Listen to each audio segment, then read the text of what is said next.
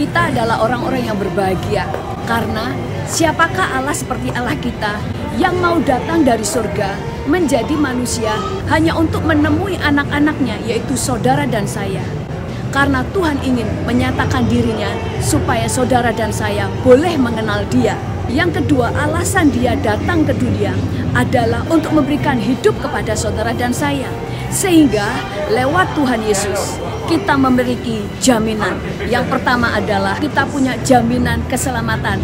Di dalam Roma 10 ayat 9 berkata, sebab jika kamu mengaku dengan mulutmu bahwa Yesus adalah Tuhan dan percaya di dalam hatimu bahwa Allah telah membangkitkan Dia dari antara orang mati, maka kamu akan diselamatkan. Alasan Yesus datang ke dunia adalah untuk saudara. Karena Tuhan begitu mengasihi saudara dan sayalah, maka Bapa menyerahkan Yesus kepada saudara. Dan Yesus karena mengasihi Bapanya dan mengasihi saudara dan saya, Dia rela datang sebagai manusia untuk menemui kita. Sehingga lewat kelahirannya dan lewat kematian dan kebangkitannya, Dia bisa memberikan hidup kepada saudara.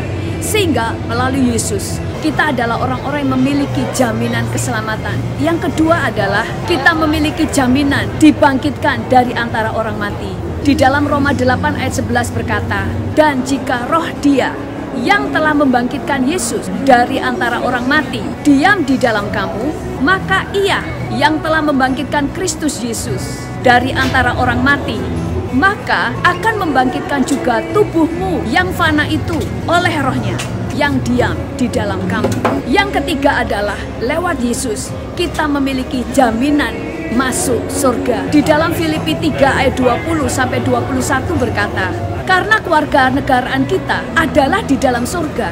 Dan dari situ juga kita menantikan Tuhan Yesus Kristus sebagai juru selamat yang akan mengubah tubuh kita yang hina ini sehingga serupa dengan tubuhnya yang mulia menurut kuasanya yang dapat menaklukkan segala sesuatu kepada dirinya. Dikatakan bahwa kewarganegaraan kita adalah warga negara surga.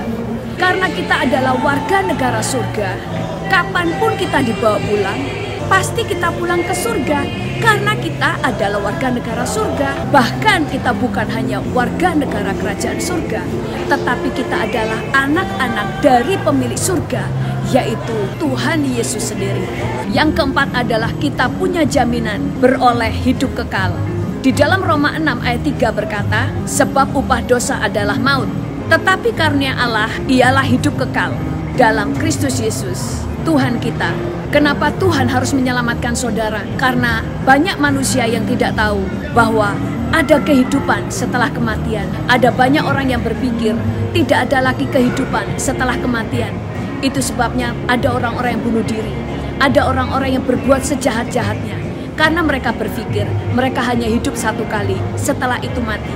Tetapi Tuhan menyelamatkan kita karena masih ada kehidupan setelah kematian. Kematian hanya membuat roh dan jiwa kita terpisah dari tubuh kita. Tetapi roh dan jiwa kita tetap hidup. Itu sebabnya selama kita masih hidup, kita masih punya kesempatan untuk memilih kemana kita akan pergi. Ke neraka atau ke surga. Kepada siapa kita akan menyembah. Kepada siapa kita menyerahkan hidup kita. Kepada Tuhan Yesus atau kepada Allah-Allah lain. Kepada siapa kita mau percaya. Kepada Tuhan yang mau datang menyatakan kasih-Nya kepada saudara, yang sudah memberikan nyawanya mati dan menyelamatkan saudara sebagai bukti kasih-Nya, atau menyembah Allah yang tidak dikenal, yang tidak pernah terbukti bahwa Dia benar-benar mengasihi saudara.